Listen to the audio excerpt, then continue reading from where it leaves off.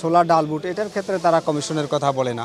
তো এটা তাদের ক্রয়ের ভাউচারে আমরা দেখেছি, কিন্তু তারা এমন কিছু ব্যবসায়ীদেরকে বলছে যেটা ভাউচার তাদেরকে দেয় না।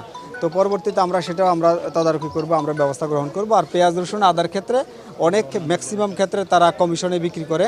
তবে কমিশনে বিক্রি করার ক্ষেত্রে তাদের প্রতি আমাদের নির্দেশনা ছিল, ওনাদের এই ভাউচার সংরক্ষণ লাগবে, ক্রয় কত বিক্রয় কত সেটা তাদের স্পষ্ট থাকা লাগবে। সেটা যদি না থাকে, যদি ব্যত্যয় করে, আমরা আইনগত ব্যবস্থা গ্রহণ করব।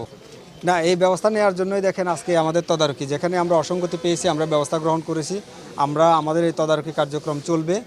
যদি আমরা এরপরও ব্যবসায়ীরা আইন ভঙ্গ করে, যদি ভোক্তাদের অধিকার লঙ্ঘন করে, আমরা আইনগত ব্যবস্থা গ্রহণ করব। এখানে এই যে পেঁয়াজ রসুনের বাজারটা আমরা যেটা দেখলাম, এটাতে মনে হচ্ছে যে গত 2 দিন আগেও একটু দাম কম ছিল, 45 টাকা বিক্রি করতেন, আজকে 52 টাকা বিক্রি করছেন, অর্থাৎ দামটা একটু বেড়েছে। কিন্তু বাজারে প্রচুর পরিমাণ সরবরাহ রয়েছে।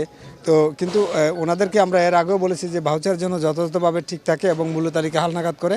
মূল্য তালিকা উনি হালনাগাদ করেননি, তো আমরা আইনগত ব্যবস্থা গ্রহণ করেছি, জরিমানার আওতায় এনেছি। একটা প্রতিষ্ঠানকে 50,000 টাকা অর্থদণ্ড করেছি, আরেকটা প্রতিষ্ঠানকে 40,000 টাকা অর্থদণ্ড করেছি।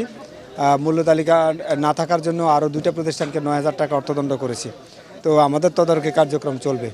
তবে বাজার স্বাভাবিক আছে, সরবরাহ স্বাভাবিক আছে, এবং আমার মনে হয় যে রমজানে যদি যারা কেনাকাটা করেন তারা যদি একটু সহনীয় পর্যায়ে থেকে কেনাকাটা করেন, একবারে যদি না কিনে বারবার যদি কিনেন, আমার মনে হয় এই জিনিসটা ভালো হয়। যদি একবারে বেশি পরিমাণ কিনে তাহলে বাজারে একটা চাপ পড়বে, ব্যবসায়ীরা তাই বলছে। তো আমার মনে হয় এই বিষয়টা আমরা সবাই মিলে যদি একটু খেয়াল রাখি আমাদের জন্য ভালো হয়। আমাদের তদারকি কার্যক্রম চলবে, যেখানে অসঙ্গতি পাবো আমরা আইনগত ব্যবস্থা গ্রহণ করব।